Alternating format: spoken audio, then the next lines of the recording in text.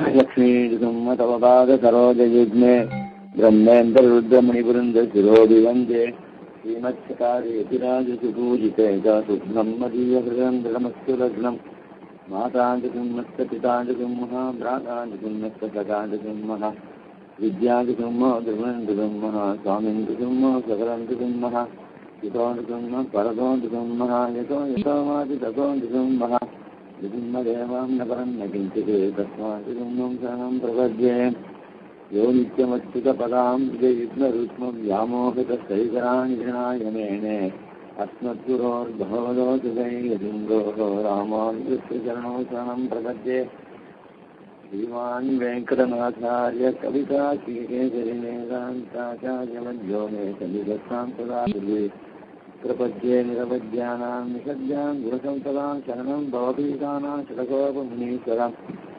श्रीरङ्गे जयतीन्द्रना करुणया तस्याभिप्रेषितं ख्यातश्रीनरसिंहकार्यमुने रामकेन्द्रं दां दीक्षादिजयादिविश्वगुणैः बान्धं बुधाग्रेसरं श्रीमद्रङ्गसदारिवतिं श्रेयोनिं संश्रये श्रीमत्श्रीरङ्गपृथ्वीश्वरसरिगुणान्यमेन्द्रेण दृष्टम् यत्तात्मानं विचिन्मे नवेदि चरितयोगिने प्रसादादे प्राज्ञ श्रीरङ्गधारि प्रभयति पदेः प्राप्तलक्ष्मीजुगुम्मास्थानं सेवेतीन्द्रं सर्वगुणवीरद्वीक्षराजे श्रीरङ्गनाय प्रभोपेतीन्द्रदृष्टं लक्ष्मीजुगुम्मकरुणैकपात्रं श्रीरङ्गवीरोगुणां षडोपभुज्यं वेदान्तदेवी यतीन्द्रं प्रपद्ये सम्प्राप्ताध्यात्मशास्त्रं नवेदि चरचित् रङ्गभूकारिकाभ्याम् कारुण्यात्मनिक्षेपगम्यं वेदान्ते वावदूरत्वं सर्वेदारङ्गभूतं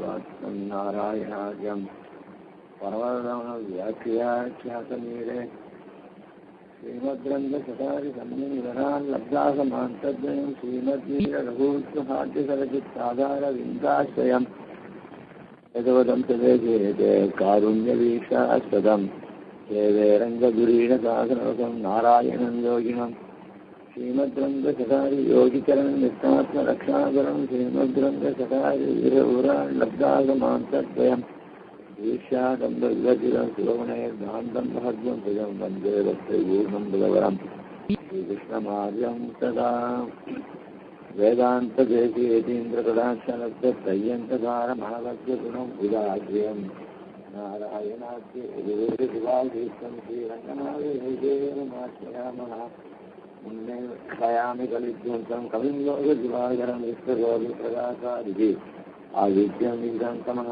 वायुपरकालं वायुकलिकन्नि वायुकुरेलोर्वाழ்வேந்தன் வாழியரோ மாயோனி வாழ்வழியால் முந்திரங்கொள் மங்கையர்கோன் துள்ளோன் துளர்மான் வேல் நெஞ்சிற்கு மடங்கா நெடுஞ்சிறவி நஞ்சிக்கு நல்ல வமுதன் தமிழ் துறைகள் அஞ்சிக்கு இலக்கியம் ஆரணகாரம் பரசமய தந்தை பலவன் பரகாலன் கனகளிகளே எங்கள் வழியே ராமானுஜனியே தங்கள் எடுத்தாண்டு கமனாகா தொங்கு புகழ் மங்கையோர் ஈனந்த மலையாயிரம் அனைத்தும் தங்கு மனம் எனக்கு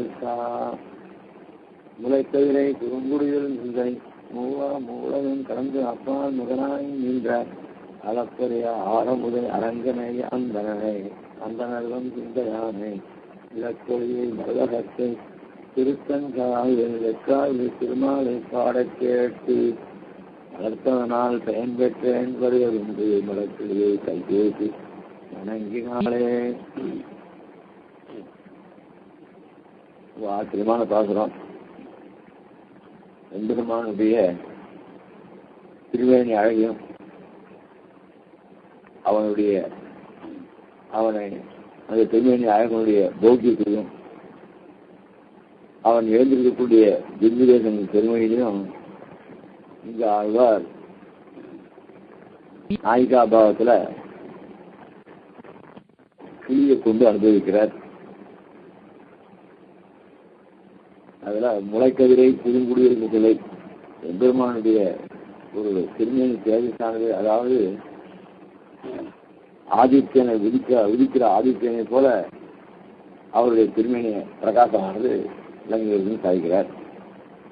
அது மட்டும் இல்லை, அவருடைய திருமேனி அழகானது அவருடைய விஷயத்திலேயே ருசியை பிறப்பித்து அனுபவிக்க முடியுமா பண்றது, இப்படிலாம் அனுபவிக்கிறார். அப்படிப்பட்ட தேஜஸுடையவர் திருமுடியில எழுதிருக்கார். திருமுடியினுடைய விதிக செந்திரமான வர்ணிக்கிறார். அவர் எப்படிப்பட்டவர்னா பரம காரணிகர். காரணியத்தை எப்படி கருத்த மேகங்கள் கொண்ட நீர் நிறைந்த மேகத்தை கொண்ட மேகம் எப்படி கருத்து இருக்குமோ அந்த மாதிரி நம்ம ரட்சிப்பதற்காகவே கருணை உடையவராக பெருமாள் அங்கே எழுதிருக்கார். அப்படிப்பட்ட பெருமாள் மூலகம் கடந்த அப்பால் நிபராய் நின்ற அப்படின்னு காட்டு. இந்த உலகுன்னா என்ன அப்படின்னு சொன்னதான் போனதான் இதை பார்த்தோம். உலகு அப்படின்னு சொன்னா பத்தர் நித்தியம் முத்தர் இவர்களுக்கு மேற்பட்டவர் அப்படிங்கிறது ஒரு அர்த்தம் சொல்றார். இன்னொன்னு புவர் சுவர் ஓம் ஓம் ஓம் ஓம் பூ பூவாக சொல்றோமோ இல்லையா, அந்த மாதிரி இந்த மூன்று உலகத்துக்கு மேல மகத்லோகம் இருக்கு. அதுக்கு மேல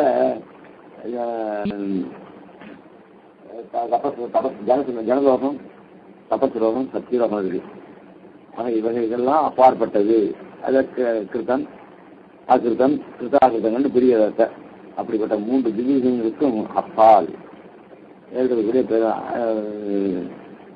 அது மட்டும் இல்லை, எல்லோருக்கும் முதலாய் நின்ற இந்த அதாவது உலகம் கடத்த அப்பால் முதலாய் நின்றதுனால எல்லோருக்கும் அதிபதியாக இவரை காட்டிலும் உயர்ந்தவனாக. அதுவும் இல்லாத இந்த சங்கரக பிரதிமா அனிருத்தம் இருக்காங்க.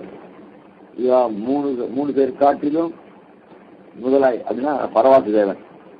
அந்த பரவாச தேவன் யாரா அப்படின்னா சாட்சாத் பரமத்தில் உள்ள பெருமாள் அப்படின்னு வியாக்கியானம் பண்றார். ஆக இப்படி முதலாய் நின்ற அளப்பரிய ஆரம்பம். அளப்பரிய ஆரம்பத்துக்கு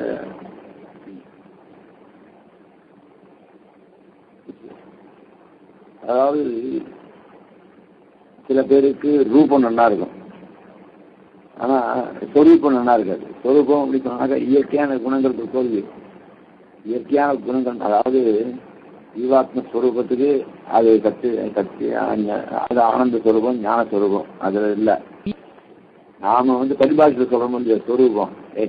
அவன் பார்க்கறதுக்கு வேணா நல்லவனா தெரியல தவிர அவன் ஸ்வரூப சுபாவம் சொல்றான். அந்த சுபாவம் கெடுது. ஸ்வரூபம் பார்க்கறதுக்கு நல்லா இருக்காங்கடா, ஆனா சுபாவம் கெட்டு சுபாவம் நல்ல சுபாவம் இல்லடா அப்படின்னு சொல்ல. அது மாதிரி இங்க அவனுடைய ஸ்வரூபம் எம்பெருமானுடைய ஸ்வரூபம் சத்தியத்துவ, ஞானத்துவ, அனந்தத்துவ, ஆனந்தத்துவ, அமரத்துவாதிகள் இருக்கோ இல்லையோ, இவைகளே அதை கொண்டு தியானம் பண்ணாலே ரொம்ப ஆனந்தமா இருக்கும். அதை தவிர அவனுடைய இதர குணங்கள் இருக்கோ இல்லையோ, அவைகளெல்லாம் கொண்டு உபாசனம் பண்ணா இன்னும் ஆச்சரியமா போக்கியதா இருக்கும். அது ஆச்சரிய ஆரம்பம் சொரூபரூப குணங்களால் பரிச்சிந்தனாய் அமிர்தசாகரம் போல நிறத்துக்கே போக்கிய போதனாய் இருக்கிறவனை.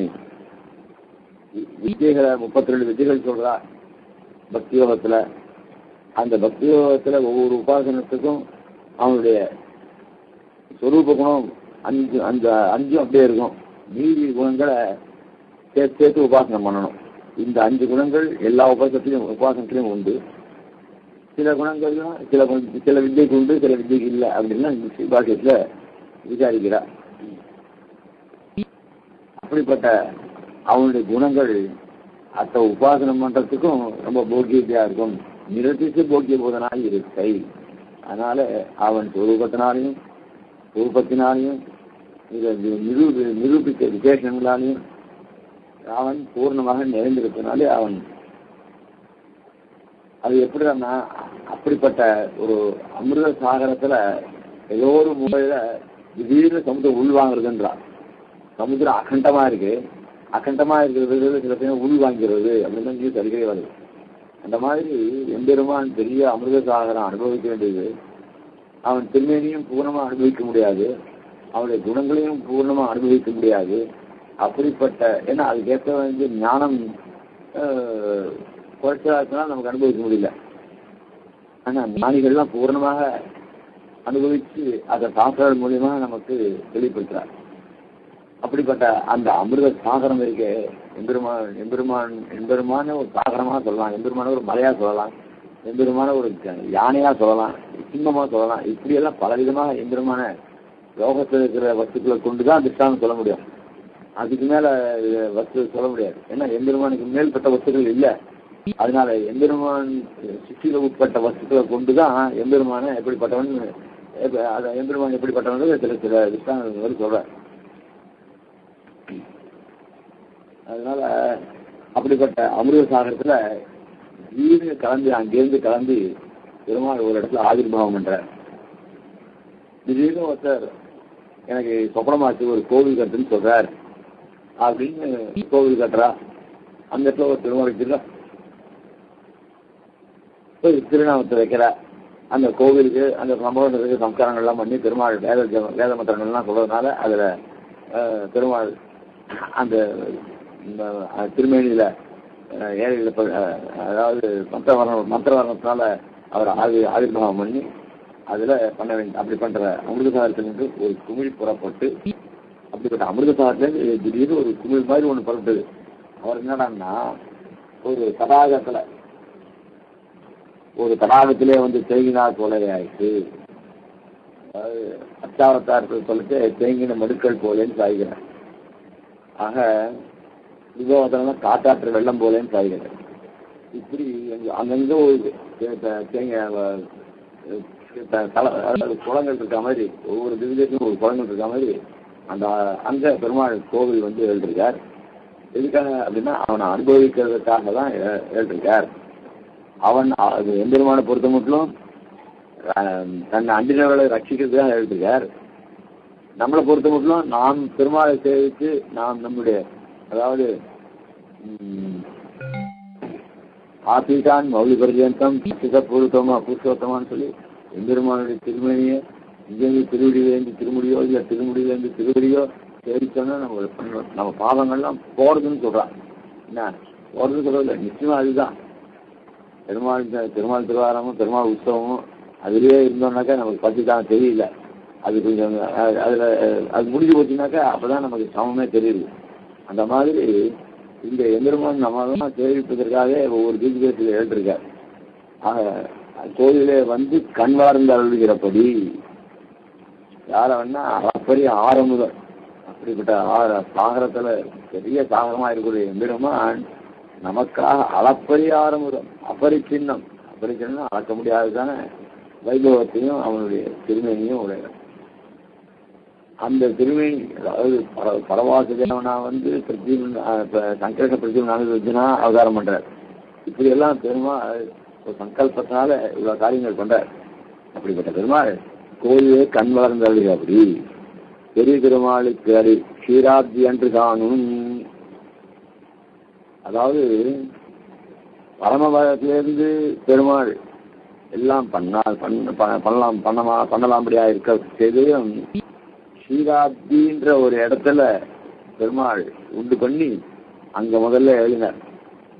அங்கிருந்துதான் பெருமாள் இங்க மீதி இடத்துக்கு செய்வதோ அவதாரங்கள் பண்றதோ இல்லை பிரம்மருத்ர இவர்கள்லாம் பெருமாட்டை வந்து பிரார்த்திப்பதோ அவர்களுக்கு ஆபத்து வரும்போது இவையெல்லாம் க்ஷீராப்தியெல்லாம் நடக்கும். அது காரிய வைக்கும்ட்டான்னு பேர் அதுக்கு.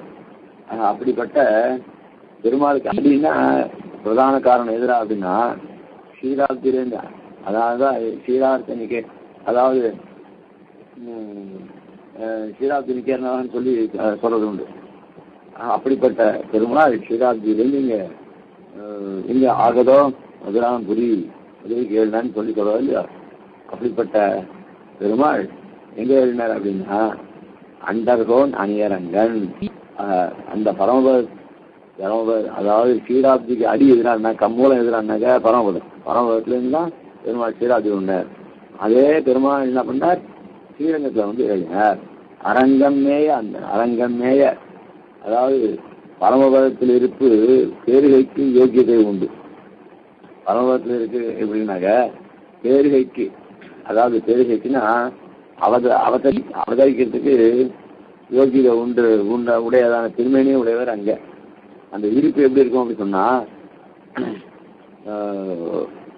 அவருடைய இருப்பு சாதாரணமா இந்த பழைய காலத்துல மார்வாடியெல்லாம் பார்த்தோம்.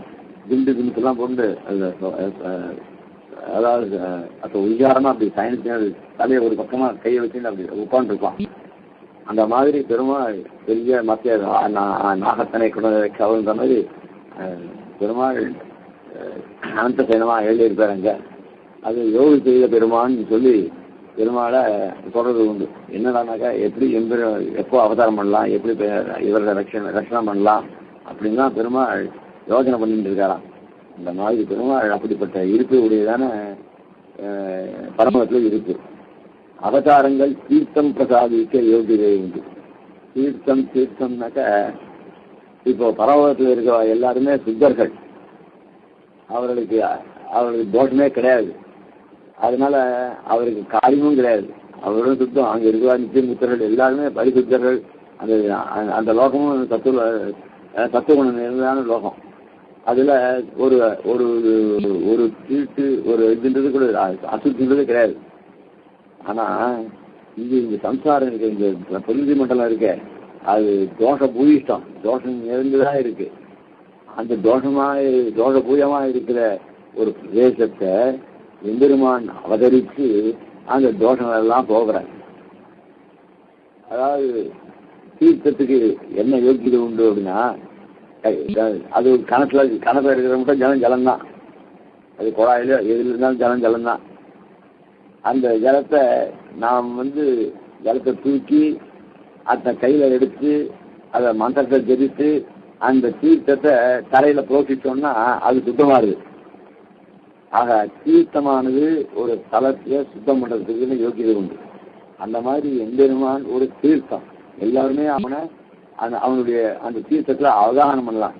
மூழ்கி தீர்த்தா மாதிரி ஆனந்தம் பண்ணலாம். சமமா இருக்கிறவர்கள் கோடை காலத்துல எப்படி ஒரு தடாகத்துல ஸ்நானம் பண்ணி தன்னுடைய சாபத்தை போகி கொள்கிறாளோ, அந்த மாதிரி சம்சார சாபத்தில் இருக்கிற இந்த ஜீவாத்மாக்கள் எம்பெருமான் அங்கங்க எடுக்கக்கூடிய திவ்யதேசங்களை எடுக்கக்கூடிய பெருமாளுடைய சன்னதியில பெருமாளை சேவித்து தன்னுடைய சாபத்தை போக்கிக் கொள்ளலாம். அதுக்காக அதில் பெருமாளை தீர்த்தங்களை என்று பூஜித்து நல்கி உரைப்பர்னு சுவாமி நம்ம சாதிக்கிறார்.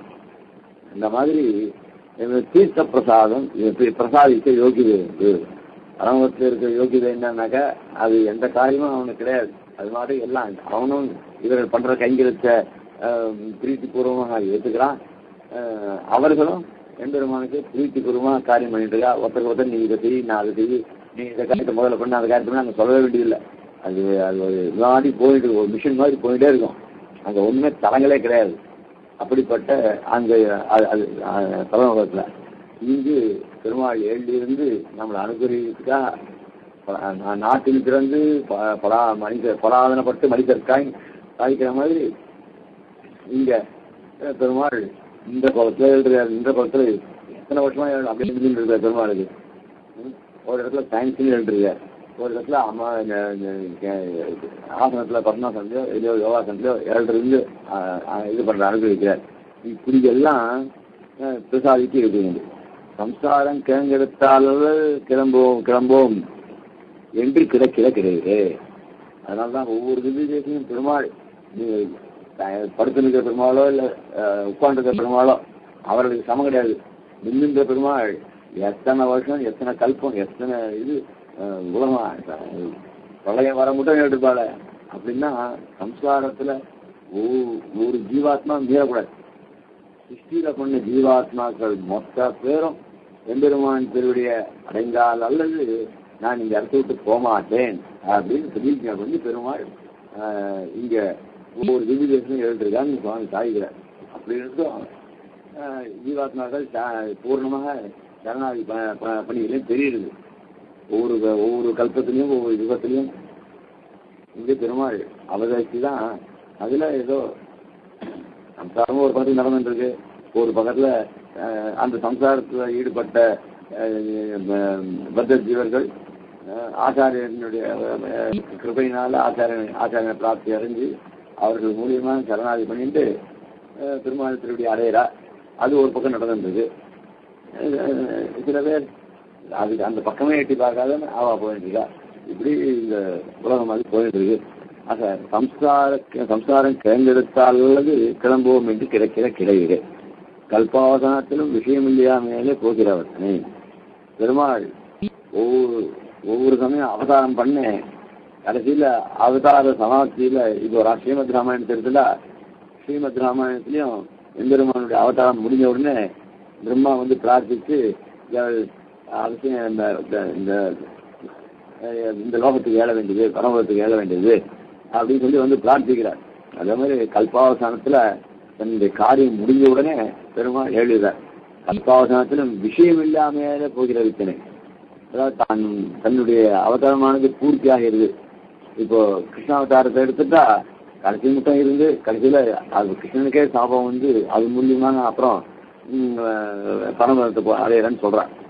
அப்படி இல்லை சொல்லப்படுறது புராணங்கள்ல. அப்படி பெருமாள் அவதாரனுடைய சமாப்தி முடிகிற மட்டும் இருக்காது. அதனால விஷயம் இல்லாமையினாலே போகிற கர்த்தனை எது சாய்கிறாருன்னா இப்ப அர்ச்சாவதாரம் இவ்வளவு தூரம் எழுதிருக்காரு. ஆனா கல்பாவனுக்கு முடிஞ்சது பெருமாள் எல்லாம் போயிட்டாரு அப்படின்னா அப்போ விஷயம் இல்லை. அதனால எழுதிட்டார். இப்போ இருக்கிற பிரகிருதியில ஒவ்வொரு அந்த ஜீவாத்மா எத்தனை பேர் இருக்காலோ அத்தனை பேரும் எம்பெருமான் திருவடிய அடையாத மட்டும் அவர் போறது பிரதிஜை பண்ணி அந்த ஊர்ல திவ்யத்துல எழுதிருக்கார். கிறிஸ்துவ மதத்துல அவ பிரச்சாரம் பண்றார். அதாவது அது அவ சொல்லப்படுற அந்த தெய்வமானது தெய்வமா அது அந்த அந்த இது வந்து ஒரு சபதம் பண்றதுதான். எல்லாரும் அந்த கிறிஸ்துவனா மாறணும். அப்படி கிறிஸ்துவனா மாறல அப்படின்னா அந்த காலம் முடியிட்டு அவரே திருப்பி அவதாரம் எடுத்து எல்லாரையும் கிறிஸ்துவனா மாற்றி அப்பதான் அழிவு உண்டாகுமா அப்படின்னு அவன் சொல்றா. இதெல்லாம் இங்க அதுதான் இங்க சம்சாரம் கிழங்கெடுத்தாலும் கிளம்ப வரும் இத்தனை அப்படின்றது இந்த பகுத்தை எடுத்துட்டு அவ என்ன எப்படி எல்லாம் இது பண்ணிக்கிட்டே நம்ம விஷயங்களை எடுத்துதான் மொத்தம் அவ பண்றது. ஆக அப்படி ஏன்னா அதுங்களுக்கு அவளுக்கே ஞானம் இருந்து பல புத்தகங்களை பார்ப்பா, அதுல வேண்டிய விஷயங்கள் எடுத்துப்பா. இருந்தாலும் சிலதெல்லாம் வந்து இந்த வைதிக மதத்திலிருந்து சிலதெல்லாம் கன்வெர்ட் ஆயிருக்கும் இல்லையோ அதெல்லாம் இன்னும் கொஞ்சம் உபகாரமா இருக்கும். அதனால சம்சாரம் கிழங்கெடுத்தாலும் கிளம்புவோம் என்று அவ என்ன சொல்றனாக்க அப்போதான் இந்த எங்க கிறிஸ்துவ மதம் எல்லா இடத்துலையும் பரவிடுச்சு அப்படின்னு ஏற்படுது. அது மட்டும் அந்த பிதாவானவன் கட்சியில் அவதாரம் பண்ணுவான், அதுதான் நாங்கள் எதிர்பார்த்துட்டு இருக்கோம். அதனால எல்லாரும் கிறிஸ்துவ மதத்தை சேர்ந்தோம் அப்படின்னு அப்படி பேச மாட்டோம். அதெல்லாம் பார்த்தா நம்ம இதுல தான் நிறைய விஷயத்தை எடுத்துருக்கான்னு தெரியுது. சம்சாரம் கிழங்கெடுத்தாலிருந்து கிளம்புவோம் என்று பெருமாள் அங்கங்க திவ்ய தேசத்துல எழுதிருக்காரு. இது மட்டும் அப்ப கல்பாவசனத்துல நடந்த பெருமாள் இல்லையே இப்போ அப்படின்னா அப்போ காரியம் முடிஞ்சு போட்டு பெருமாள் போயிட்டார். அந்த நினை இது மட்டும் இல்லை, பெருமாள் அங்கேருந்து பரமத்திலேருந்து வந்து ஒவ்வொரு திவ்யத்தை எழுதுறது மட்டும் இல்லை, அந்த கல்பங்கள்ல அவதாரம் எடுத்து மறைஞ்சது அதுவும் விசேஷம் இல்லை.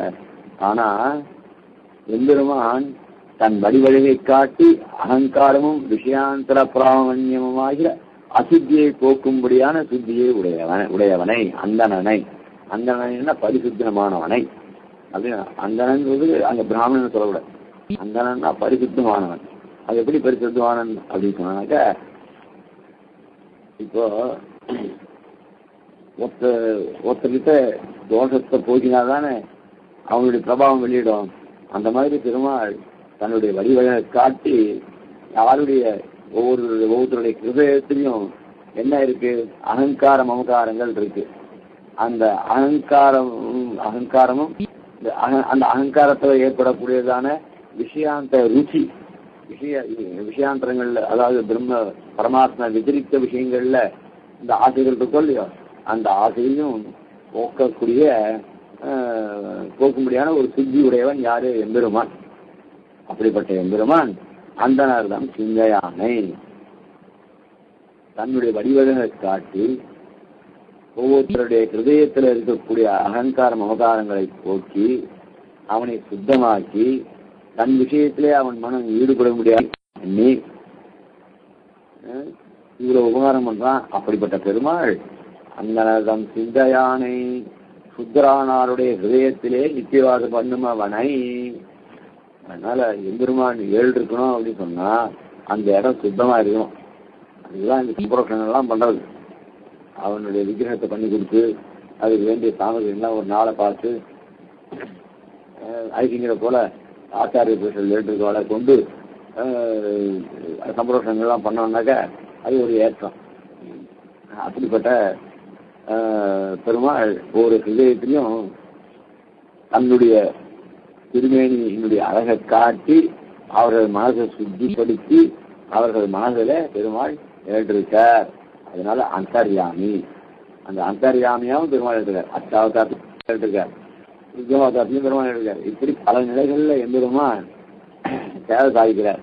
அதனால கோவில் எப்படி கோவிலில் பெருமாள் எடுத்துருக்காருனாக்கா அந்த கோவிலுக்கு எவ்வளவு சுத்தி உண்டோ, முதல்ல ஒரு கோவில் இருக்குனாக்கா அந்த பூமியெல்லாம் எவ்வளவு அசுத்தமாக இருக்கும் அதெல்லாம் போக்கி அதை விக்கிரகத்தை கொண்டு வச்சு அது சம்பரோஷங்கள் பண்ணி அந்த சம்பரோஷத்தினால பெருமாளுக்கு அந்த இடத்தை சுத்தி பண்ணி அந்த மந்திரபாகங்களால பெருமாளுக்கு மந்திரம் சொல்லிக்கிறாங்க. அவனை பெருமாள் அதில் அனுப்பிரவேசம் பண்ணி இப்படி எல்லாம் அந்த இடத்துக்கு சுற்றி கோவிலுக்கு சுற்றி அவன் ஏற்றுக்கிற சன்னதிக்கு சுற்றி அதுக்கப்புறம் எம்பெருமான் சாநித்தியத்தை பரமபதத்தில் இருக்கிற என்னென்ன தொடுப்பு குணங்கள்லாம் உண்டோ அது அப்படியே மொத்தத்தையும் பெருமாள் இங்கே ஆக்கர்ஷித்து எழுதுக.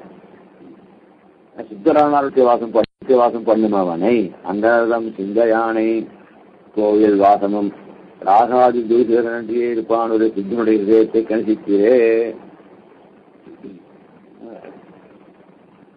அதனால சித்தரானாருடைய ஹிருதயத்துல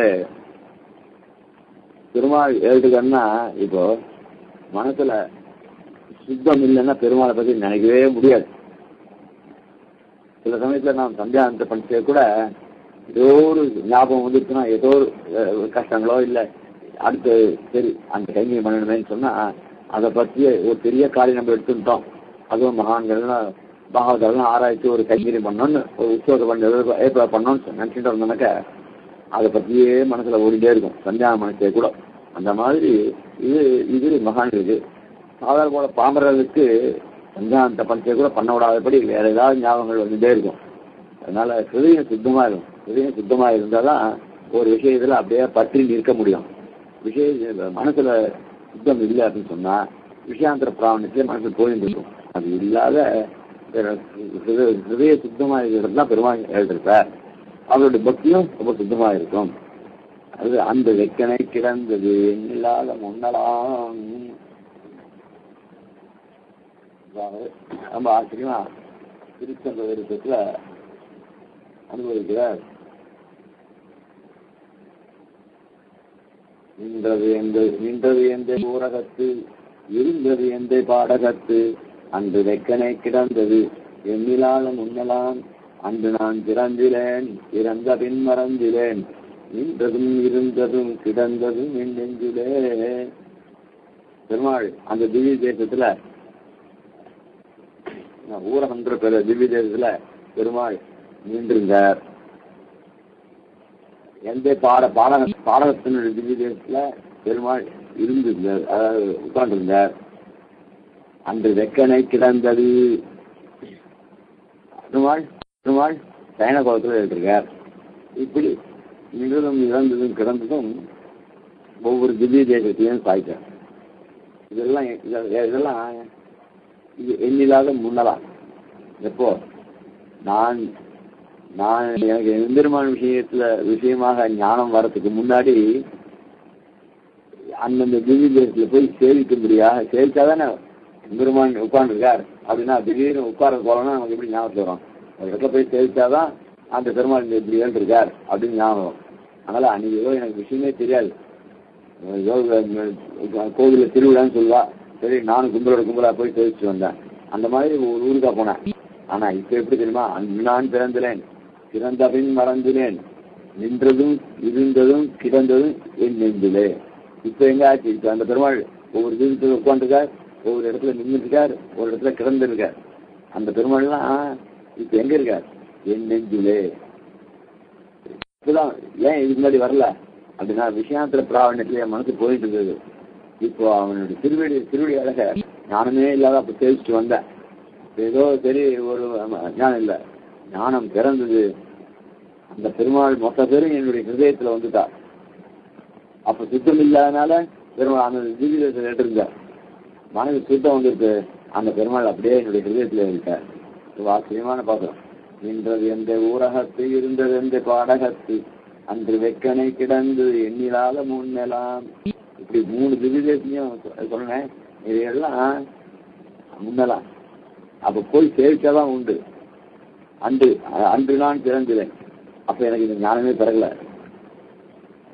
பிறந்தபின் மறந்தேன். ஞானம் வந்த பிற்பாடு அவனை மறக்கவே முடியல. இப்படி ஹிருதயத்தை ஆக்கர்ஷித்து அசுத்தமான என்ன சுத்தன ஆக்கி அவன் விஷயத்திலேயே என்ன வண்டி இருக்க முடியா என்ன அனுகிரகம் பண்ணியிருக்கானே, என் பந்தமில்லை என் நெஞ்சிலே வந்து குடிக்கொண்டுட்டானே அப்படின்னு சாதிக்கிற திரும்பி கேட்கலாம். அன்று வெக்கனை கிடந்தது எண்ணிலாத முன்னெல்லாம் என்ன கிடவதிலே அந்த நரகம் சிந்தையானை. அதனால பரிசுத்தமான மனசை உடையவர்கள் ஹிருதயத்துல பெருமாள் சிந்து எந்திரமான பற்றிய விஷயமே அவன் மனதில் ஓடிட்டு இருக்கும். அப்படி பண்ணக்கூடாது.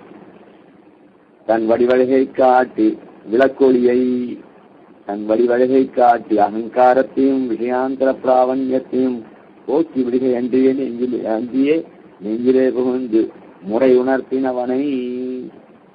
விளக்கொலியை எப்படி ஒரு தீபமானது வெளி விஷயங்கள் எல்லாம் காட்டி அதனுடைய துர்தசிய நமக்கு உணர்த்தி அந்த துர்மார்க்கத்துல நாம போகக்கூடாத பண்ணி இவன் விஷயத்திலேயே மனசையும் மகான்கள் விஷயத்திலேயே நாம் சேகர்களாக இருக்க வேண்டிய பண்ணி இப்படி நம்மளை நெஞ்சில புகுந்து நீ இப்படிதான் நடக்கணும், நீ இதர மார்க்கத்துல போகக்கூடாது அப்படின்னு புகுந்து முறை உணர்த்தினவனை. அந்த யார்? அந்த பெருமாள். அதனால விளக்கு தான் எல்லாருக்குமே பிரதானமா இருக்கு. நல்ல மார்க்கத்தை காட்டுறது எதிர அப்படின்னா விளக்கு தானே. அப்படிப்பட்ட அந்த விளக்குடைய பெருமாள்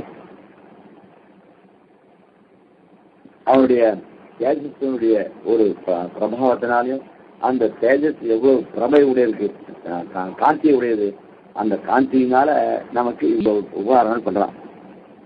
விளக்கொலியை பிரகாசகனானவனை அதாகிறது.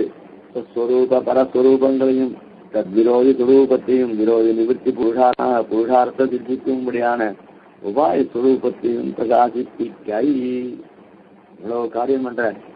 முதல்ல இவனுடைய ஹிருதயத்தை சுத்தமாக்கி சாஸ்திரங்கள்லாம் இப்படி சொல்றது. சாஸ்திரத்துல எந்திரமான பிரதிபாதிக்கக்கூடிய பாகங்கள்லாம் இவைகள். முதல்ல எந்திரமானுடைய சொரூப குணங்களை எல்லாம் தெரிஞ்சுக்கோ. அவன்தான் ஜெகத்காரண பூதன், அவன்தான் உபாசியன் அப்படிங்கிறதெல்லாம் சொல்லிக் கொடுத்து அந்த அந்த அவனுடைய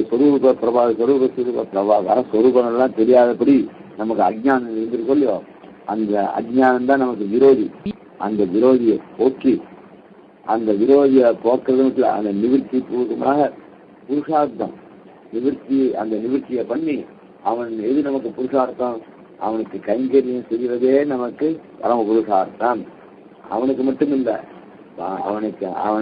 அவனுடைய பாவகர்களுக்கும் அடிமை செய்யக்கூடிய யோகியதை நமக்கு உண்டு, செய்ய வேண்டும் என்பதை வடிவிலா அடிமை செய்ய வேண்டும் அப்படின்றத நமக்கு காட்டி கொடுத்து ஆச்சாரியின் மூலியமாக நாம் சரணாகதி மோட்ச சாம்ராஜ்யத்துல போய் கைங்கரியம் பகவத் கைங்கரியம் பண்ணக்கூடியதான ஒரு உபாயத்தை அனுஷ்டிக்கும்படியாக பண்ணுகிறான் பெருமாள்.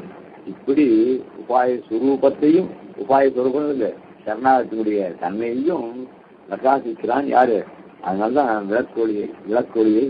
விளக்கொலி விஷயமாக சுவாமி தேசியன் சரணா அது அந்த திவ்யதேசனுடைய இப்ப ஸ்ரீஸ்துதி பூஸ்துதி வரதராஜ பஞ்சாசத்து அப்படின்லாம் தேசிய ஸ்துதி தேவநாயகி பஞ்சாசத்து இப்படிலாம் சாதிக்கிறது இல்லையா. சரணாகதி விஷயத்த விளக்கொலி தீபப்பிரகாச ஸ்தோத்திரம் அப்படின்னு போடலாம் இல்லையோ. சரணாகதி தீபிகை போடுறேன். அந்த பெருமாள் தான் நமக்கு சரணாகதி மார்க்கத்தை அந்த பூர்வ சரணாகதி விஷயத்த அந்த ஸ்தோத்திரத்துல அப்படியே பூர்வமா நிறைச்சுடுறார் சுவாமி தேசியன். ஆச்சரியமான ஸ்லோகம். அதுதான் இங்க உபாய சுரூபத்தையும் பிரகாசிப்பிக்கேன்னு இவா வியாக்கியானம் பண்றான். எந்த பெருமாள் விஷயத்த? விளக்கொலி பெருமாள் விஷயத்துல. ஆக சுவாமி தேசியன் இந்த சரணாகதி தீபிக்கைன்னு பேர் வச்சதுக்கு என்ன எவ்வளவு பொருத்தன்றத இவா வியாக்கியானமே காமிக்கிறது பாருங்க. அந்த மாதிரி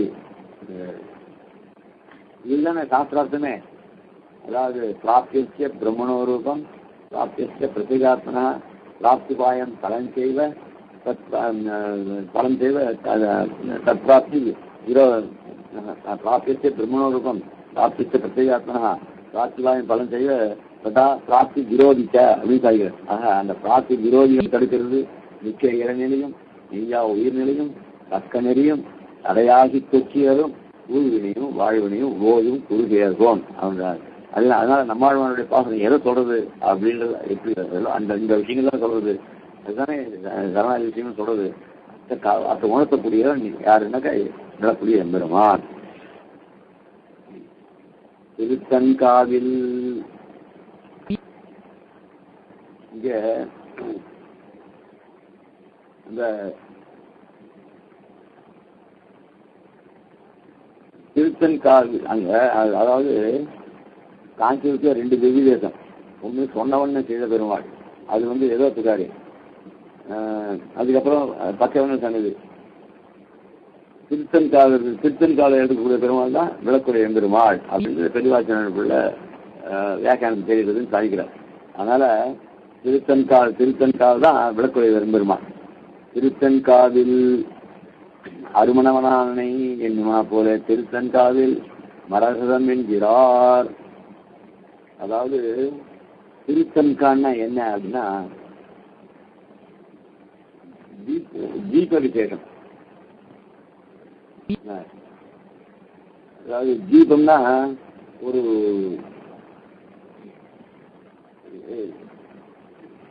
அது ஒரு பாகத்துக்கு தீபம் தீப விஷயம் தீபம் பேரு.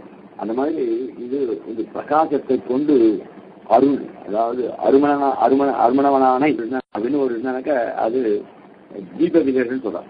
அந்த தீப விசேஷத்தை அதாவது விளக்கு அந்த என்னமா போல திருத்தன்காவில் மரகதம் ஒரு தீபத்துலதான் ஒரு விசேஷமான ஒரு வஸ்து சொல்றது. அந்த மாதிரி திருத்தன்காவில் என்ன விசேஷம் அப்படின்னா மரதகம் கிடைக்கிறதா. அங்க மரதகம்ன்றது ஒரு உயர்ந்ததான ஒரு இது, அதாவது ரத்தனம் போல அது உயர்ந்ததான கல். அது தீப விசேஷத்துல தான் கிடைக்காது. இப்போ இந்த லக்ஷ்மணன் ராமரெல்லாம் யுத்தத்துல அடிபட்டு கிடைக்கும்போது ஹனுமான் போய் அந்த சஞ்சீவன் எடுத்து வர இல்லையோ, அது எங்க ஏதோ ஒரு தீப விசேஷம் தான் இருக்கு, அங்க போய் எடுத்து வந்த. அந்த மாதிரி ஒரு அபூர்வமான வஸ்து இந்த இடத்துல தான் கிடைக்கும் அப்படின்னு ஒன்று இருக்கு இல்லையா. அதுதான் தீப விசேஷம்னு பேர். அந்த தீப விசேஷத்துல கிடைக்கக்கூடிய ஒரு அபூர்வமான வஸ்து இருக்கே, அந்த வஸ்து எதிரா அப்படின்னா அது மரகதம். அது எங்கடா இருக்குன்னா திருக்கன்கான்ற ஒரு தீப விசேஷம். வேத தீபம்லாம் சொல்ல முடியாது. அந்த மாதிரி இது ஒரு தீப விசேஷம். அந்த தீப விசேஷம் இங்க என்னடா திருக்கன்கால் என்ன கிடைக்கும்னா மரதக கல் கிடைக்கும். அந்த மரதக கல் பச்சை தேர்ந்து இருக்கும். அதோடைய ஒளி அப்படியே கண்ணை பறிக்கும். அந்த மாதிரி இங்க சொல்லப்படுறது திருத்தன் மரதகத்தை. இந்த தீப விஷயத்தை சொல்றதுக்காக தான் இந்த மரதகம் எங்க இருக்குன்னா திருத்தன்கா அப்படின்னு அந்த தீப விஷயத்தை சொல்ற. என்னுமா போலே என்கிறார். இந்த தீவிலே பட்ட ஆணை என்றால் விலட்சணமாய் இருக்குமா போலே நல்ல அவரே விவரிக்கிறார். அதாவது உயர்ந்த யானை ஒண்ணுனாக்க யானை சில இடத்துல கிடைக்கிறது. ஆனா உயர்ந்த யானை ஒண்ணுன்னா அந்த பிரதேசத்துக்கு போனாதான் கிடைக்கும். சில யானைகள் ரொம்ப விலட்சணமா இருக்கும். ஹலோ, அந்த தீப விசேஷத்துல வஸ்து கிடைக்கிற மாதிரி இந்த தீவிலே பட்ட ஆணை என்றால் விலட்சணமாய் இருக்குமா போலே இந்த யானை எங்கடா கிடைக்குது அப்படின்னா அது ஒரு குறிப்பிட்ட இடத்த சொல்லுவாங்க. அந்த இடத்துல தான் இந்த மாதிரி யானைகள் இருக்கு. அந்த மாதிரி ஆச்சரியமான உபமானம். அந்த இவனே எந்திரமானே ஒரு யானை. அப்படிப்பட்ட இந்த யானை எங்கடா கிடைக்கும் அப்படின்னா மரதகம் திருத்தன்காவில் கிடைக்கும். திருத்தன் என்றால் விலட்சணமாக இருக்குமா போல, அதனால எல்லாத்தை காட்டிலும் எல்லா திவ்ய காட்டிலும் விலட்சணமாக எடுக்கக்கூடிய பெருமாள் திருத்தன்காவில கண் வளர்ந்தது இறைவனுடைய வடிவென்றால் விலட்சணமாக இருக்கும்படி இருக்கிறபடி, அதனால திருத்தன்காவில் மரதகத்தை என்ன சிங்க யானை விளக்கொலியை மரதகத்தை திருத்தன்காவின் அந்த திவ்யதேசத்துக்கு நாம இல்லையோ அந்த திவ்யதான் இப்படிப்பட்ட பெருமாள் இருக்கார். பச்சைமாமலை போல் என்கிற வடிவுடையவன் பச்சைமாமலை பாலவாய் கமலச்செங்கன் அப்படின்னா திருமாலையில அனுபவிக்கிறது இல்லையோ, அந்த மாதிரி வடிவழக சொல்லக்கூடியதான ஒரு ஆச்சரியமான திருமேனியுடையவர் அந்த திருத்தன்காவில் எழுதக்கூடிய பெருமாள். வடதேசத்தினின்றும் பெருமாளை அனுபவிக்க வருபவர்கள் இலைக்கு விழுந்த விடத்திலே அவரை எதிர்கொண்டு அனுபவிக்க கிடைக்கிற கிளை வடதேசம் என்றும்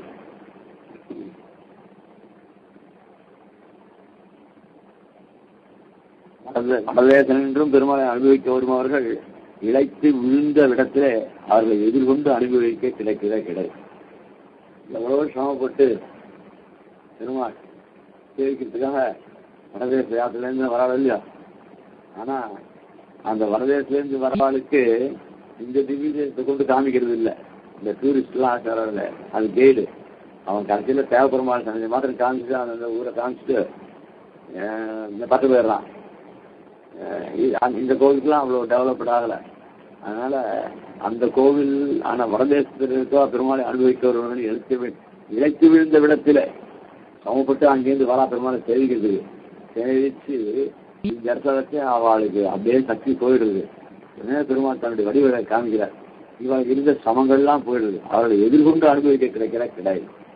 சரி நாம இங்க நம்மளால பெருமாளை சேவிக்க முடியாது, அவள் இருந்தா கூட உடனே அவங்களுக்கு திருமணி சேவிச்ச உடனே அவள் இவ்வளவு சமப்பட்ட இது கிடையாது. உடனே பெருமாளை சேவிச்சு இந்த பெருமாளே நம்ம தேசத்துக்கு எழுந்துவிடக்கூடாதா அப்படின்னு அவள் பிரார்த்திக்கலாம். அந்த மாதிரி ஒரு அழகை வடிவாளனை உடையவர் பெருமாள் என்றும் பெருமாளை அனுபவிக்க வருபவர்கள் இலைத்து விழுந்த விடத்திலே அவர்களை எதிர்கொண்டு அனுபவிக்க கிடைக்கிற கிளை அப்படின்னு சொல்ற. வெக்காவில் திருமாலை திருத்தவன்காவில் மரதகம் என்று வடிவிலே இருக்கும் உண்டானார் போலையாய்த்து திருவிக்காவிலே கண் வளர்ந்து வளர்கிறது. இங்க திருத்தன்கா அப்படின்றது ஒரு திவ்ய தேசம், வெக்கான்றது இன்னொரு திவ்ய தேசம். அங்க வெக்காவில் எப்படின்னா பெருமாள் சைன திருக்கோவில் இருக்கேன், அவர் தான் சொன்ன வண்ண செய்த பெருமாள். இங்க பெருமாள் நின்று இருக்கார். ஆக வெக்காவில் திருமாலை திருத்தகாவில் மரதகம். வெக்காவில் திருமாலை சொல்லும்போது திருமாலை பாடக்கெட்டு அங்க வெக்காவில் இருக்கிற திருமாலை பாடினான்னு சொல்றார். இங்க திருத்தன்காவில் மரதகம் அவனுடைய வடிவழக சொல்றாரு இங்க என்று வடிவிலே மிடுக்கும் உண்டானார் போலையாட்டு திருவெக்காவில் வந்து கண் வளர்ந்திருக்கிறார். அவருடைய பின்பும் சிவபரிதத்தும் நிலம் பெற்றபடி அங்க பெருமாள் தாயார் இந்தி தேசத்தை சொல்லும்போது பிருகு மகரிஷி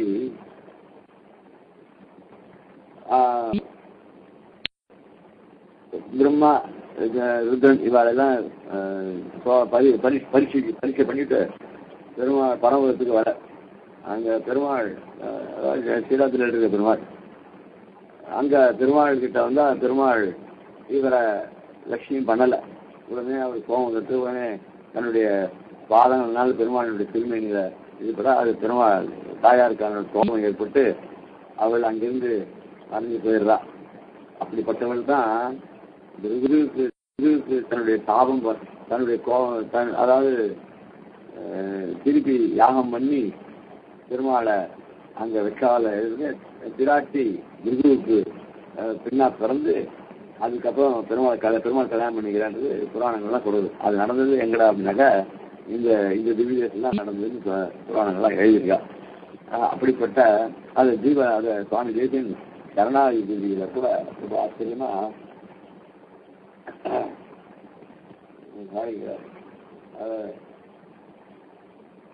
தீபத்வமேவ ஜகதாம் தைதாரிசிஷ்டே தீர்க்கம் தம பிரதிநிவத்யம் இவம் சுவாத்யாம் சவ்யம் சவ பிரியமத சரணோக்திமத்யம் சோதும் பவந்தம் அபிலஷதி ஜந்துரேகா. இந்த ஜந்து இந்த ஜீவாத்மா தன்னை பதிக்கிறாங்க. என்ன அதாவது இந்த ஸ்தோத்திரம் பண்றதுக்கு ரொம்ப ஆசைப்படுறேன். யார ஸ்தோத்திரம் பண்றது? ஜீவத்வமேவ துவமேவ ஜீவத்வமேவா. நீர்தான் லோகத்துக்கெல்லாம் பிரகாசத்தை கொடுக்கக்கூடியவர், ஜீவ பிரகாசம்.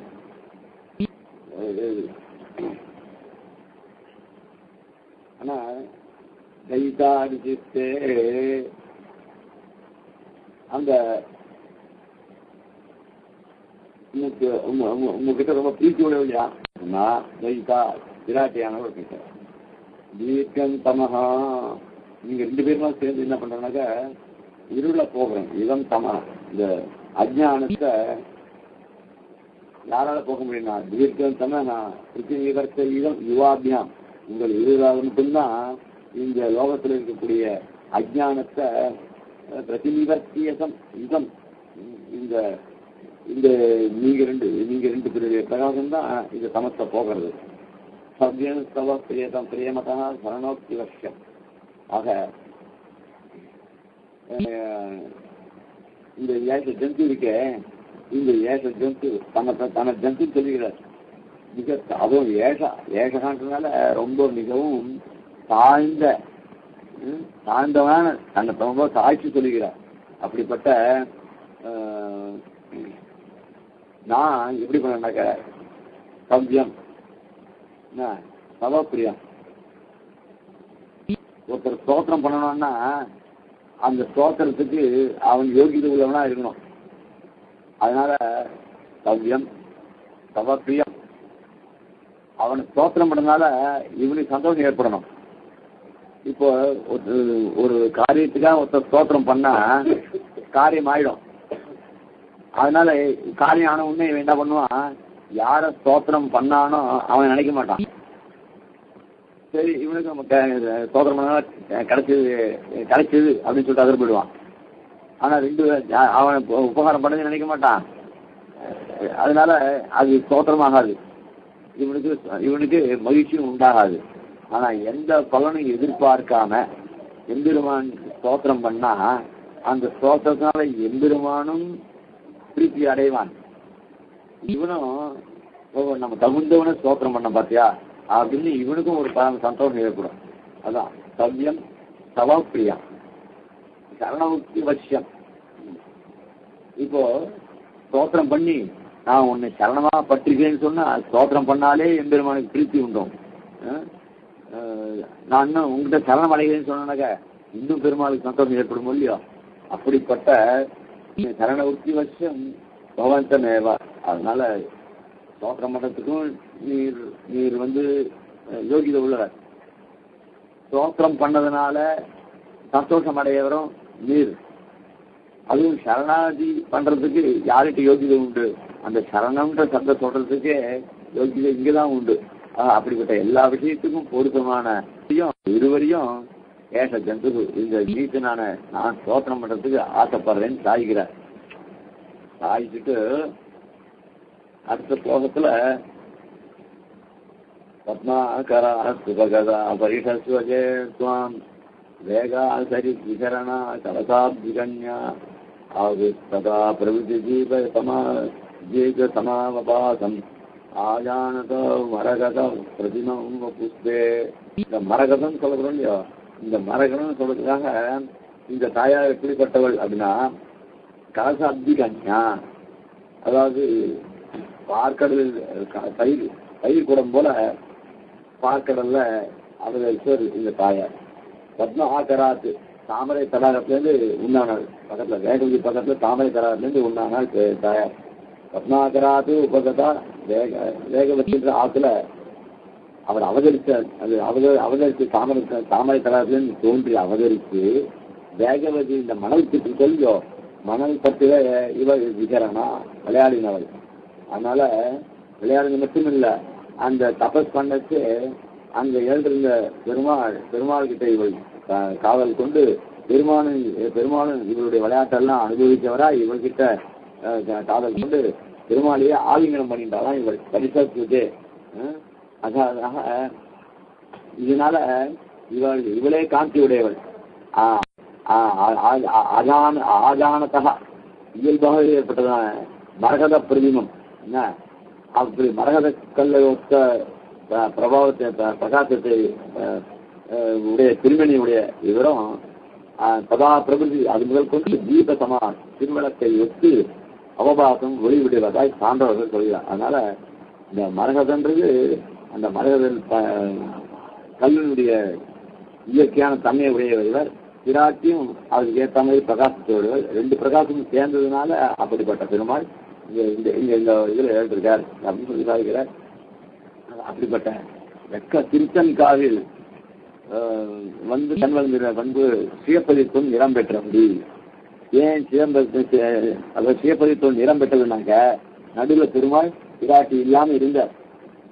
ஆனா இந்த வெக்காவில் பக்கத்துல வேகவதி பக்கத்துல ஒரு தாமரை புத்தகத்துல பெருமாள் பிராட்டி அவதரித்து ஏற்கனவே மரகத போல் இருந்த வெக்காவில் இருந்த பெருமாளை இவள் ஆலிங்கனம் பண்ணனால சுயப்பதித்துவம் ஏற்கனவே சொதகா உண்டு. ஆனா ஒரு அவதார சமயத்திலையும் ஒரு விசேஷ சமயங்கள்ல இதை மாதிரி பெருமாள் சங்கல்பங்களால் ஏற்படக்கூடிய இதெல்லாம் இருக்கோ இல்லையா, சந்தர்ப்பங்கள்லாம் இருக்கோ இல்லையோ, அந்த சந்தர்ப்பங்கள்ல மறுபடியும் பிராட்டி இவனுக்கு சுயப்பதித்துவத்தை அதாவது எழுந்த சுயப்பதித்துவத்தை திருப்பி உண்டாகினாள். அதனால்தான் அதை இந்த விஷயத்துல சுயப்பதித்துவம் நிறம் பெற்றபடி. நிறம் பெற்றனா ஏற்கனவே உண்டு, நடுவில் கொஞ்சம் காலத்துல இழந்துதான். அந்த எழுந்தது திருப்பி பூர்ணமாக பெற்றான். வில்லிருத்து மெல்லியல் போல் தோய்ந்தால் என்னும் வெக்காவில் துயமர்ந்த வேந்தே என்னொன்னு கீழே வந்திருக்க. அங்க வில்லிருத்து மெல்லியல் தோல் தோய்ந்தா என்னும் வெக்காவில் துயிலமர்ந்த அது ரொம்ப இந்த போன பாசுரத்துக்கும் இந்த பாசுரத்துக்கும் ரொம்ப சம்பந்தம். அதாவது பிராட்டி அங்க அவதரித்து எம்பெருமான ஆலிங்கனம் பண்ணிட்டா அப்படின்றது அது அங்க சொல்லச்சே பெருமாள் அவதாரம் பண்ணி அதாவது தசரனுடைய வில்ல போக்கி ஒடிச்சு அதுக்கப்புறம் பிராட்டியை கல்யாணம் பண்ணிட்டு இந்த திருமண கோலத்தோடைய இந்த ஊர்ல எழுதிருக்கார் அப்படின்னு அந்த ஐதீகத்தை சொன்னார். இப்ப சாட்சாத்தாவே பிராட்டியை அங்க அவதரிச்சு அங்கேயே இவனை ஆலிங்கனம் பண்ணிட்டு இங்க எழுதிருக்காரு இந்த பாத்திரத்தை சொல்றாரு. அதனால ஒவ்வொரு சமயத்துல ஒவ்வொருத்தருக்கு பெருமாள் பிரத்யட்சமான விஷயத்தை கொண்டு அவ அனுபவிக்கிறார். வில்லிருத்து ஸ்ரீமத் ராமாயணத்துல வரலையே அப்படின்னா கேட்கக்கூடாது. கேட்கக்கூடாது அங்கெல்லாம் சந்தர்ப்பம் இல்லை. இது இந்த பிரத்யட்சமான விஷயத்துல வேற, புராணங்கள விஷயங்கள் வேற. அதனால ஒருத்தர் தபஸ் பண்ணிட்டு பெருமாள் அங்கிருந்து இப்போ மதுராந்தகத்துல புஷ்பகமானத்துல லக்கிலேருந்து போச்சு மதுராந்தகத்துல இறங்க அங்க ஐதியும் சொல்றா. ஸ்ரீமத் ராமாயணத்துக்கு வரவே இல்லையே, அவர் நேரம் அப்படியே பட்டு போயிட்டார, அங்க மதுராந்தகம் பேர் வரலையா அப்படின்னா சொல்றேன்னா. அதனால ஒரு ஐதீசியம் ஒரு ஊர்ல அங்க அவளுக்கு ஏற்படுறது அது பிரகாரம் அது வில்லிருத்து மெல்லியல் தோல் தோய்ந்தா என்னும் அப்படின்னு அங்க சொல்லச்சு. அப்போ ராமபிரான சீதையை கல்யாணம் பண்ணிட்டு இங்க அந்த திருக்கோலத்தோட இங்க வந்தான்னு சொல்லி ஒரு ஐதீசியம் சொல்லப்படுறது. இப்போ என்னன்னாக்க ஏற்கனவே பெருமாள் அங்க வெக்காவில பிராட்டி தாமரை பொதிகையில அவதரித்து சுவாமி தேசியனுடைய சோதர பிரகாரம் தாமரை கோலத்துல அவதரித்து இந்த வேகவதி மகாவித்தியத்துல விளையாடி அப்போ அங்க இருக்கிற பெருமாளை அவள் ஆலிங்கனம் பண்ணிண்டா அப்படின்னு சுவாமி தேசிய சோதர பிரகாரம் ஏற்படுது. அதனால ரெண்டுத்தையும் ஒத்து சொல்றாருங்க. அதனால சேப்பதித்தும் நிறம் பெற்றபடி என்று. ஆக பிராட்டி திருமணம் உணர்ந்த மனக்கோலத்தோட கூட இருவர் கிடையாக அருளி செய்தாலே கீழே ஆசிரியன வேலையோடு போக வேலையோடு வாசியற ஒரு மிதுன மேயிரே அபாசியமாய் இருப்பது. ஆக நம்ம உத்தேசர் யாருன்னாக்க இவ ரெண்டு பேரும் தான் உத்தேசர். அதனால இவாளுடைய வியாக்கியானத்தை கொண்டே ஆசிரியன வேலை அப்படின்னா நாம சரணாதி பண்றோமே, சரணாதி அனுஷ்டிக்கிறோமே, சரணாதி அனுஷ்டிக்கிற சமயத்துல அவ இல்லைன்னு தான் அவளுடைய இது. உபாய தசையில அவள் இல்லை. உபாய தசைத்துல அவள் புருஷகாரத்தை பண்ணிட்டு அதோட அவ காரியம் முடிஞ்சு போயிடுறது, அவ இல்லை. ஆனால் நம்மளை ஏத்துட்ட பிற்பாடு நாம கைங்கரியம் பண்றோமே உபய தசை, அந்த சமயத்தை பிராட்டியோட பெருமாள் எழுதிருக்கார் அப்படின்னு அவ சொல்லிட்டு இருக்கா. அத்த இது பண்ற தெளிவா தன்புடைய அவா கிரந்தமே ஆசிரண வேலையோடு போக வேலையோடு ஆசிரியன வேலைன்றது நாம் கருணாநிதி உபாசனை அனுஷ்டிக்கிற காலாது. போக வேலைன்னா எங்கிறானாக்கா நம்ம கைகிரத்தை பிரிசம்பஞ்சா ஏற்றுக்கிறோம், நம்ம கைகிரத்தை அவன் உகந்து ஏற்றுக்கிறானோ இல்லையா அந்த சமயத்தையும். ஆக இவா கிரந்தத்திலேயே ஆசிரியன வேலைன்றதுனா உபாய தசை, போக வேலையோடுனா உபய தசை. அது உபாய தசையும் உபய தசையிலும் ஒரு வாசியர வித்தியாசமே கிடையாது. வித்தியாசம் இருக்கு. வித்தியாசம் அவ எப்ப சொல்றா உபாய தசையில் அவ இல்லை அப்படின்னு சொல்றா. அப்பதான் வித்தியாசம். ஆனால் ஆசிரியர் வேலையா இருந்தாலும் சரி, போக வேலையா இருந்தாலும் சரி, போக சமயமா இருந்தாலும் சரி, எல்லா சமயத்திலையும் ஒரு மிதுனமே. மிதுனம்னா சேர்க்கை, ஒரு மிதுனமே. இந்த திவ்யதம்பதியினுடைய சேர்க்கை ஒண்ணுதான் நமக்கு உத்தேசம். அதான் அபாசயமா இருப்பது, ஆச்சரியமா இருப்பது. அதாவது அவைகள் நமக்கு உத்தேசமா இருப்பது. திருநாமம் சாத்தித்தபடியால் அவகாசத்தாலே கிச்சித் கைக்கப்பட்டோம் என்கிற பீதிகத்தாலே சொல்ல அதுக்கு மேல வெக்காது திருமாலை பாட கேட்டு இப்ப எப்படி ஒவ்வொரு திவதனுடைய எம்பெருமானையா பாட கேட்டு திருநாமம் சாத்தித்தபடியாலே அவகாசத்திலே கிச்சித் கைக்க பெற்றோம் என்கிற பீதிகத்தாலே சொல்ல திருமாலை பாட கேட்டு இவரால் சொல்ல முடியல. கிளி சொல்லிச்சு. அந்த கிளி சொல்ற பாஷையும் ரொம்ப அழகா நிறுத்தி சாத்மிக ஒரு அடியா எடுத்து வச்சு சொல்ற அழகே இருக்க. இங்க பெருமாள் அதை இவ்வளவு திடீர்னு அழகெல்லாம் சொல்லி அப்படி சொன்ன கேட்ட சாமி சாத்மிக்கப்படி அவகாசாலை அந்த கிடைச்ச அவகாசாலை கேட்டு என்ன விஜிக்காரம் பெற்றோம். இப்போ அவளுக்கு ஒரு மனசுல ரொம்ப சந்தோஷம் இருக்குது. நாம் எவ்வளவு பாக்கியத்தை பெற்றிருக்கோம். என்ன நான் பெருமாள் எனக்கு சேவை சாய்க்கல, அதுவே நான் ரொம்ப கவலையா இருக்கேன். ஆனா இந்த எம்பெருமானுடைய திருநாமங்களையும் அவனுடைய வைபவத்தையும் இந்த கிளி சொல்ல கேட்டது எனக்கு ரொம்ப மனசு கொஞ்சம் ரிலாக்ஸா இருக்கேன். இருக்கிற ப்ரெஷர்ல இப்போ நான் கொஞ்சம் விடுபட்டு இருக்கேன் அப்படிங்கிற மாதிரி திராட்டி இங்க நாயகி சொல்றா. இங்க சொல்ல கேட்டு பிரீத்தி பிரேரிக்கையாய் கொண்டு கேட்டு சொல்லே என்று சிச்சுவேஷன். அதாவது இப்போ அப்போ சொல்லச்சு, அதாவது முன்பு திருநாமம் சொன்ன விடத்திலே முன்பு திருநாமம் சொன்ன விடத்திலே கேட்பாரை பெற்றதில்லை. இப்போது சாத்மியமாகியாலே கேட்பாரை பெற்றதென்கிறாள். ஆச்சரியமான பாக்குறோம். எந்திரமான பிரீத்தி பேசியாய் கொண்டு கேட்டு அந்த கேட்கறதையும் அந்த கிளி சொல்றத ரொம்ப பிரீத்தியா கேட்கிறான். வெறுமை ஏனோத்தவன் கேட்கல, பிரீத்தியோட கேட்கிறா. அந்த பிரீத்தியோட கேட்டு இன்னும் கொஞ்சம் சொல்லாமே அப்படின்ற அந்த பாவத்தை அந்த நிலையை அடைஞ்சிருக்கா அவள். கிளி நிறுத்திருக்க அப்படின்னுட்டு. ஆனா அப்ப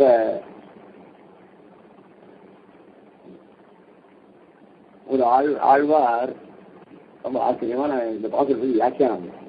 செல்வநாதன் என்ற கொள்கேற்றலும் மல்கும் கண்பணி நாடுவன் மாயமே அல்லும் நண்பர்களும் இடைவேடு என்று நல்கி என்னை விடான் நம்பியே. இங்க ஆரம்பிக்கையே முளைக்கதிரை குறுங்குடியில் முகிலைன்னு சாதிக்கிறார். அதுதான் வரச்சு அந்த நம்பி விஷயமாக சாதிக்கும் பொழுது செல்வநாரணன் என்று சொல்லி கேட்டலும், செல்வநாரணன் அப்படின்னு சொன்னா ஸ்ரீமன் நாராயணன் அர்த்தம்.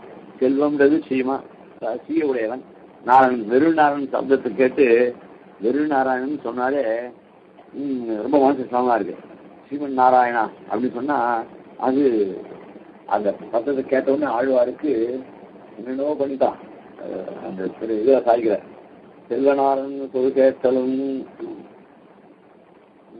அந்த பெருமாள் திருநாமத்தை ஒரு கலர் சொல்றது உண்டு. ஆழ்வார் பெருமாள் தனக்கு சேவை சாய்க்கல. சேவை சாய்க்காதனால சரி, இந்த பெருமாளுடைய பேரை சொல்ற இடத்துலயும் நம்ம இருக்கக்கூடாது. நாம இவ்வளவு அவனை எங்க ஊர் திவ்யதேசமா போய் சேவிக்க அவன் விஷயமா சோத்திரங்கள் பாசனங்கள்லாம் பண்ணா கூட எனக்கு பெருமாள் சேவை காய்க்கலையே, சரி நாம இந்த உலகத்திலே இருக்க வேண்டியதில்லை, நாம எங்கேயாவது போவோம் அப்படின்னு சொல்லி வெளியே பெருமாள், அதாவது பெருமாள்லாம் எல்லா இடத்துல ஒரு இடத்துக்கு போயிட்டார். அங்க போன உடனே அந்த இடத்துல சிவன் நாராயணா அப்படின்னு யாரோ சொன்னாலாம். அதான் செல்வநாராயணன் சொல் கேட்டலும் இவர் வெறுத்து போய் இங்க பெருமாளுடைய சம்பந்தமே இருக்கக்கூடாது, அந்த மாதிரி இடத்துல நம்ம போய் உட்காந்துருவோம், அவன் வந்தா வராட்டா போறோம் அப்படின்னு அந்த மனோபாவத்துல இருந்துட்டார். அப்போ செல்வநாராயணன் சென்ற சொல் கேட்டலும் இதுக்கு ஐசிங்க அப்படின்னு ஒரு உபன்யாசம் பண்ணி ஆகும். அதாவது மொத்தம் ஆழ்வார் அங்க போயிட்டார் தனியா, அந்த மனுஷாலாம் இல்லாத இடத்துக்கு. அது அக்கம் சுத்தி பார்த்தா கூட அங்க ஆளே கிடையாது. அந்த சமயத்துல ஒருத்தன் வந்து பெரிய வைகோகன் ஒருத்தன் பெரிய மூட்டை எடுத்துன்னு வந்தா அவன் ரொம்ப நாள் நடந்து வந்த சமம். அந்த சமத்தினால என்ன பண்ணா, அந்த கிராமங்கள்லாம் அந்த மூட்டையை இறக்கி வைக்கிறதுக்கு கல் போட்டு வச்சிருப்பான். அந்த கல்லு மேல அந்த மூட்டையை இறக்கி நாராயணா அப்படின்னு சொன்னான். அதான் எங்கேயுமே நாராயண சப்தம் கேட்கலான்னு தான் நான் வந்தேன், இங்கேயும் ஒருத்தன் நாராயணன்னு சொன்னானே அப்படின்னு சொல்லி ரொம்ப சந்தோஷப்படுறான். அதுதான் இந்த பாத்திரத்துல செல்வநாராயணன் சொல் கேட்டலும், செல்வநாராயணன் ஸ்ரீமன் நாராயணன் கேட்டதுதான் மாத்திரம், கேட்டது உடனேயே சொல் கேட்டலும் மல்கும் கண்பணி நாடுவன் மாயமே. அந்த பெருமாள் விஷயமாக கண்ணில் ஜலம் கொட்ட ரொம்ப ஆச்சரியம். இந்த ஈடு வியாக்கியானம் ஆழ்வார் பரிசரத்தில் பிரம்மச்சாரி எம்பெருமான் பேர் சொல்லுவார் இல்லை. ஆழ்வார் எழுதுகிற இடத்துல இந்த பிரம்மச்சாரி எம்பெருமான் பேர்லாம் யாரும் சொல்ல மாட்டான். ஏன்னா நாராயணன் சொன்னா பிரம்மச்சாரி, ஸ்ரீமன் நாராயணன் சொன்னா அவன் அதில் அர்த்தான சந்தானம் பண்ண வேண்டா போயிற்று இவர் நோபடிக்கு என்போல என்னில் விஷகரண மந்திரம் போல அச்சொல் பட்டவளவில். அதாவது பெரிய வியாதி அவனுக்கு, அது நிறைய பாசனங்கள்லாம் வருது. ஏன்னா எத்தை கொண்டு இவனுடைய தாபத்தெல்லாம் போக்குறது அப்படின்னு நம்மளுடைய பாசனம் அருளி தெளியும் வருது. திருமங்கையாருடைய பாசனங்களையும் வருது. ஆக முக்கிய அனுபவிச்சுமே இந்த பாசத்திலேயே இந்த நோவை எப்படி போகிறதுன்னு தானே அவர் கட்டி வச்சுக்கிட்டு போய் கேட்டா தாயா. அந்த மாதிரி இங்கே பெருமாள் விஷகரண மந்திரம் போல அந்த விஷயத்தை போகிறது கூட ஒரு மந்திரம் சொன்னா எப்படி விஷயம் டக்குனு போயிடுறதோ அந்த மாதிரி அச்சொல் செய்யப்பட்ட அளவிலே எந்த சொல்ல ஸ்ரீமன் நாராயணா அப்படின்னு சொல்லி கேட்ட உடனே கண்ணானது என்னை ஒழியவே நீர் மல்க புக்குது, கண்ணு அப்படியே ஜலம் வந்துருக்கு. நெஞ்சும் அவ்வளவிலே இங்குற்றாய் என்ன தேட புக்குது. நெஞ்சு கூட என்ன பண்ணி தெரியுமா, கண்ணில் ஜலம் வந்துருக்கு. நெஞ்சு வந்து எங்க இருக்கான் பெருமாள் அப்படின்னு எங்குற்றாய் என்று தேட புக்குது. அல்லேன் என்று அகலைக்கு நான் வேண்டிட்டு ஆவேன் என்று கூடைக்கு நான் வேண்டிட்டிலேயே. இந்த விட்டு அவன் பண்ற மாயம் இருக்க, அவனுக்கு நினைச்சா என்னை விட்டு போயிடுறான். என்ன அல்லேன் என்று அகலைக்கு நான் வேண்டிட்டு, நான் இங்க இருக்க மாட்டேன்னு சொல்லிட்டு அதுக்கு நான் வேண்டியது. ஆவேன் என்று கூடைக்கு நான் வேண்டிட்டு இல்லையோ, அவனை ஏகிட்டு இருக்கேன். உன் பேர் வந்து இங்க கேட்டாலே உடனே மனசுல வந்து எப்படி நீ வந்து உட்காண்ட, அப்ப வேணான்னு சொல்றதுக்கு நான் வேண்டியதா இருந்தது. இப்ப நீ வந்து நோண்டுறதுக்கு எனக்கு அபேட்சிக்கிறது இல்லையா, இதோர் ஆச்சரியம் இருந்தபடியேன் அப்படின்னு அவன் பின்னே செய்கிறது எண்ணில் அல்லும்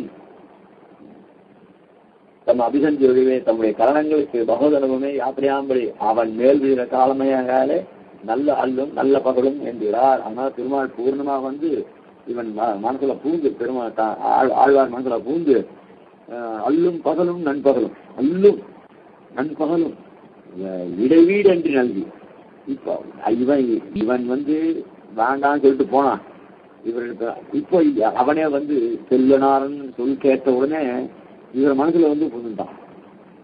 அந்த சொல் கேட்டவன் தான் தானா வந்து வரல. அந்த பெருமாள் சொல் கேட்ட உடனே இவர் மனசுல அது தானா வந்துருச்சு. இதுக்கு நீ விட்டுட்டு போறதுக்கு நானு இப்ப வந்து கேட்கறதுக்கு என்ன கேட்கவே வேண்டாம், நீ மட்டும் வந்துருவிட்ட அப்படின்னு இடைவெளி நம்பி என்னை விடான்னு நம்பி. அதனால திருமால் திருநாமத்தை கேட்டா இந்த துக்கத்தில் இருக்கிறவளுக்கு கூட அவளுக்கு ஒரு யுத்தம் உண்டு பண்றது அதை சொல்ற இந்த பாத்திரத்துல.